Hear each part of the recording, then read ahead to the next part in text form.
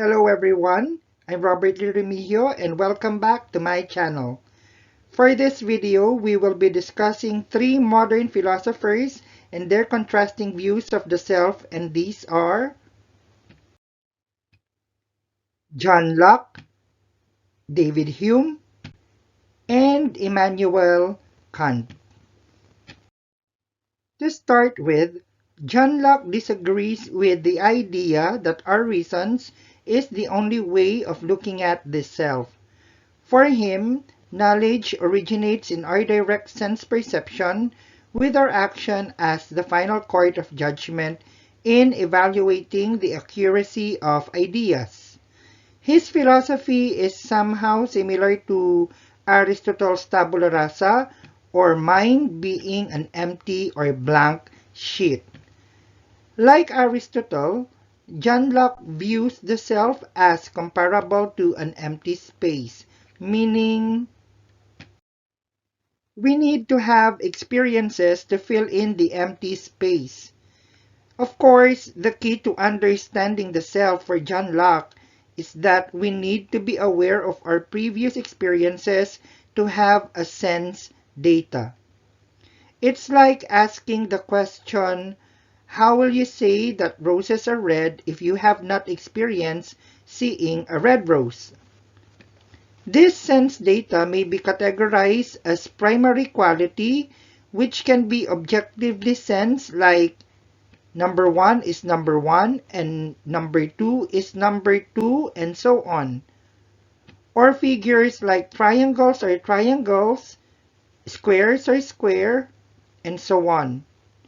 Or motion like forward is forward and backward is backward. The secondary quality are those elements distinguishable by the subjective individual, like color, odor, and others connected with it. Blues does have different shades like dark, light, powdered, and navy blue. Or odor may have a flowery smell, fruity, burnt, or putrid. Eventually, our sense data will be reflected and interpreted by us, and that is what we call sense perception. And the perception of people are different and subjective. Though learning may vary, John Locke stated that people is capable to learn from experiences, and how they process experience to become more meaningful through interpretation, that humans are able to understand the complex realities about the self and the world. David Hume, on the other hand, put forward his skeptical ideas, forming the identity of the self. And for him, there is no persisting idea of the self, meaning our idea of the self is subjective, temporary, and provisional. No persisting self, because for him, our idea of the self is derived from impressions, which are the basic object of our experiences and sensation. Impressions are also subjective, temporary, and provisional. So when one touches an ice cube, for example, there will be a cold feeling, and this cold sensation is what we call impressions, a product of direct experiences. Ideas, on the other hand, are copies of impressions. These are thoughts that are built up from our impressions. So if I ask you about your description regarding an ice cube, you will probably give me a description that an ice cube is a cold object, even if there is an absence of an ice cube in your hand. So if Hume said that self is derived from impressions, which by nature is temporary, then we can say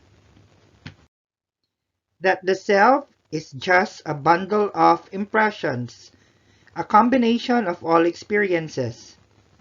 And though we want to believe that there is a unified, coherent, or easily understood self, a soul or mind is just an impression, as our knowledge of the self for Hume can only be possible if it is sense and experience. So if Jack sees Jill, he will see Jill as another human being because Jack sees Jill, hears Jill, and can touch Jill, and not because Jill has a soul or Jack sees the soul of Jill.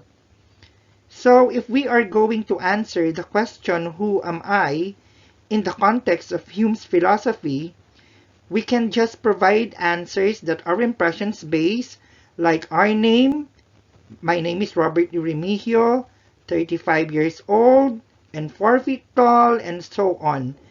So for Hume, there is no self.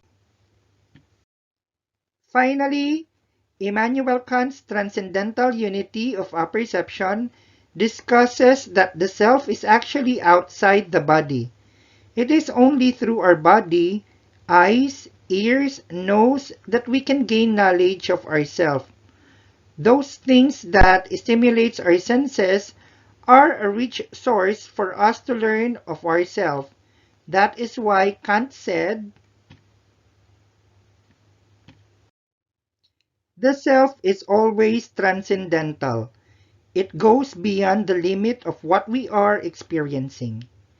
And the cause of our experiences are stimulus or triggers that is outside the body, like light for vision or sound for hearing, and etc. For Kant, we cannot reject the idea, like what Hume said, because there is unity in ideas, even if it is temporary. Same with René Descartes. Hume stated that even if we falsify or doubt all that we already learned, there is still what we call space and time that will remain in us. What happened yesterday or last week may have passed, but still we remember them, and that is what we call space and time. This space and time helps us to provide the perception of the self. That's because we have the capacity to interpret raw information coming from the outside. And for Kant,